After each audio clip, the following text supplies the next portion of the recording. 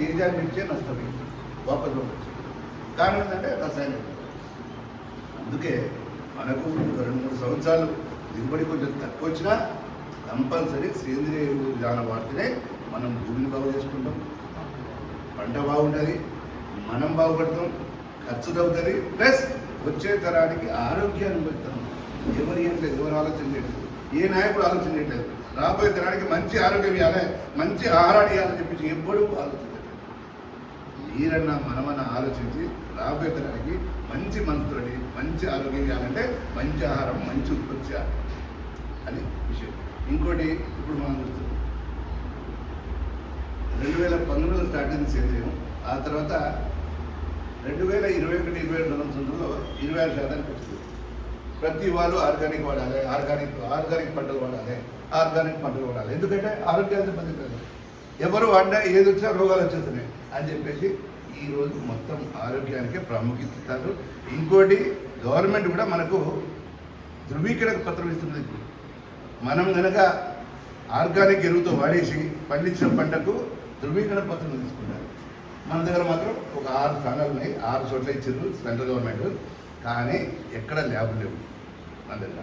మనం ఇస్తే వాళ్ళు బెంగళూరు పోయి టెస్ట్ చేసి దీంట్లో ఉందా లేదా, కెమికల్ ఉందా లేదా, ఇది ఆర్గానిక్తో పండించిందేనా అని సర్టిఫికేట్ ఇస్తే దానికి రేటు 40% రేటు ఎక్కువ వస్తున్నది.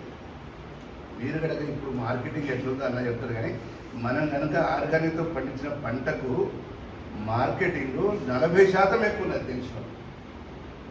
ఇవాళ తెలవనోడు, నేను పోయిన సంవత్సరం ఒక శివాల లెంకన అనే తర్వాత లెంకనకు టమాటాలు వేస్తే ఇచ్చినాయి. టమాటాలకు ఇది ఆర్పిఎస్ వాడగా బ్రహ్మాండం ఉంటుందని చెప్పిన సాయిల్ గార్డ్ ఇచ్చిన, ఇంట్లో నుంచి ఇచ్చిన. అతను వాడేసి మహబాద్లో ఆర్గానిక్ ఎరువు ఆర్పిఎస్ ఎరువుతో పండించిన టమాటా అని చెప్పేసి అన్నాడు. మొత్తం వాట్సాప్లో పెట్టిండు, టమాటా పుట్లాలు పెట్టిండు, టమాటా ఆర్డర్ల మీద ఆర్డర్. ఇంటికి పోయిచ్చుడు 40 రూపాయలు, 15 రూపాయలు కిలో ఉండే 40 రూపాయలు కిలో మొత్తం ఇంటికి వచ్చేసాడు. వర్షం పట్టింది.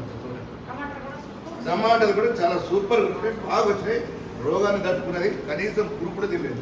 అది వాడు మొదలు పెడితే 10 గుంటలకు 45,000 ఇచ్చాడు. 10 గుంటలకు 45,000 కిలో రాదని చెప్పేసి వంకాయ వేసాడు. వంకాయ వేస్తే అతను 8 గుంటలు వంకాయ వేసాడు, 55,000 వచ్చింది. 55,000 అతను మిర్చి వేసాడు, అతనే బెండకాయ వేసాడు, బెండకాయ కూడా బ్రహ్మాండంగా. ఆ తర్వాత మిర్చి నేను వాడు అంటే రాజు అంటే కిలో రాజు అంటాడు. వాడు భూమి మొత్తం అమ్ముకున్నాడు, పిల్లల అమ్మాయిల పెళ్లి చేసి మొత్తం అమ్ముకున్నాడు. కౌలు తీసుకొని 25 గుంటలు వేసాడు. బరాబర్ 20 గుంటలే. 20 గుంటలు పొలం వేస్తారంటే మిర్చి వేస్తారంటే వేసుకోవాలి. నేను చెప్పినట్టు వాడు ఆర్పిఎస్ వాడు బ్రహ్మాండంగా వాడిండు. 18 క్వింటాల మిర్చి. ఇంకోటి ఆ మిర్చి విత్తనం మంది బిఎస్ఆర్ కాదు, బయటిదే. ఆ బయటిది వాడిను అయినా కూడా అది బరువు తక్కువ ఉన్నది, గింజలు తక్కువ ఉన్నాయి, అయినా కూడా 18 క్వింటాల మిర్చి అది. మే నెల వరకు 6 ఖాతాలు వేసాను. 6 ఖాతాలు అన్నా నేను పోయినా ఈసారి 8 మరి ఈసారి అంటే చెప్పింది వినాలి. ఇప్పుడు అలా మనము తెలివిగా మారకుంటే నేను రైతుని, నాకు పాత పద్ధతి తెలుసు అనేటువంటి చాలామంది ఉన్నారు. నాకు మిర్చి గురించి బాగా తెలుసు అని చెప్తాను. దీనికి ముందు అలా మొత్తం నోటే నాకు అంటే మనం ఎంత తెలిసినా కూడా తెలియని చాలా ఉంటాయి. ఎంత నేర్చుకున్నా ఇంకా నేర్చుకునేవి చాలా ఉంటాయి. కానీ అతను ఇవాళ ఇది ఒకటే కాదు, ఆర్పిఎస్ ఒకటే కాదు, మార్కెట్లో మారుతూ ఉంటాడు.